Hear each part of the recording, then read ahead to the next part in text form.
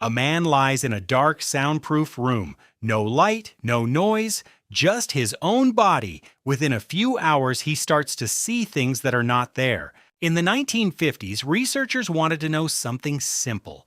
What happens to a person with nothing to see, hear, or touch? So they built isolation chambers. Volunteers were paid to do nothing but exist in total emptiness.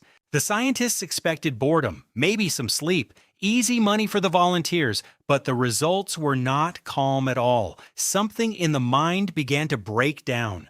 First came restlessness, then anxiety, then the hallucinations. People saw shapes drifting in the dark, colors, full scenes playing out in front of them. Some heard voices. And it happened fast, hours, not days. Many volunteers quit early. They could not take it. They pressed the panic button just to hear a human voice again. The reward money was not enough to keep them in that silence. Here is the part that matters. Silence was not empty. The absence of input was not neutral. The brain treated it like a threat. When the world stopped feeding it, the mind started making its own world.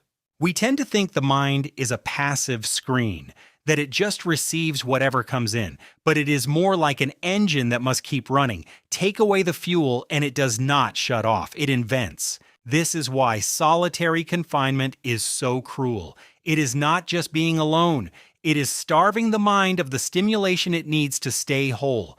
Prisoners describe it the same way the volunteers did. The walls come alive. So we spend our lives afraid of noise, of chaos, of too much happening. We dream of perfect quiet, but total quiet, it turns out, is one of the hardest things a person can face. We need the world more than we admit.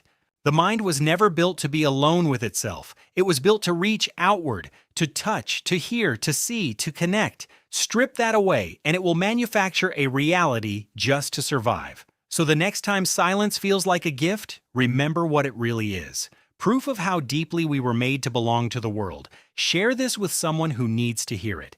If it moved you, leave a like.